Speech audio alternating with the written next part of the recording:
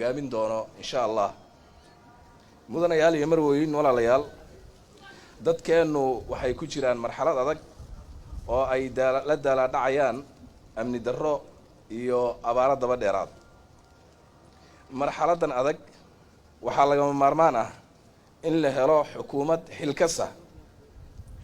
oo dalka iyo dadka Soomaaliyeed samata bixin karta mudanayaal iyo marweyn walaalayaal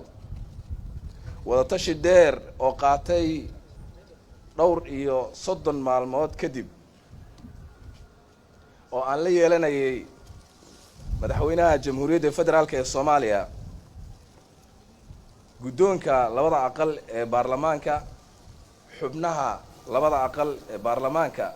iyo dhammaan qaybaha kala duwan ee bulshada Soomaaliyeed waxaan ku faraxsanahay in aan soo bandhigo wilal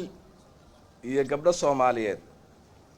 oo aan u soo xushay kuna soo xushay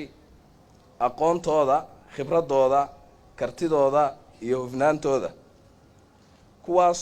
oo aan rajaynayo in ay ka jawaabi doonaan baahida marxaladda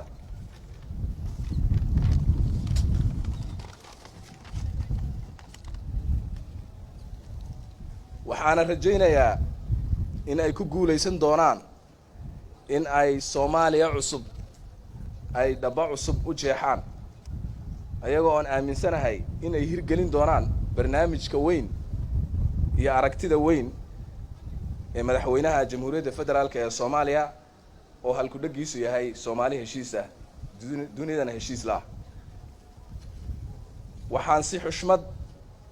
iyo karaama ku dheehan tahay uga codsanayaa golaha shacabka ee sharafta leh in ay asixiyaan xukuumadda cusub oo aan ugu magac daray xukuumadda dan qaran iyo barnaamijkeeda oo aan si degdeg ah u horkeeni doono ugu dambeyn waxaan shacabka Soomaaliyeed meel kasta ay joogaan ugu baaqayaa in ay soo dhaweeyaan lana shaqeeyaan xukuumadda cusub ee dan qaran si ay u gudato waajibaadka qaran ee culayska badan aad iyo aad u mahadsantihiin wassalaamu calaykum waraxmatullah intaas kadib waxaa insha Allah bayaanka magacaabida inoo akhrin doona afhayeenka xukuumadda mudane Farxaan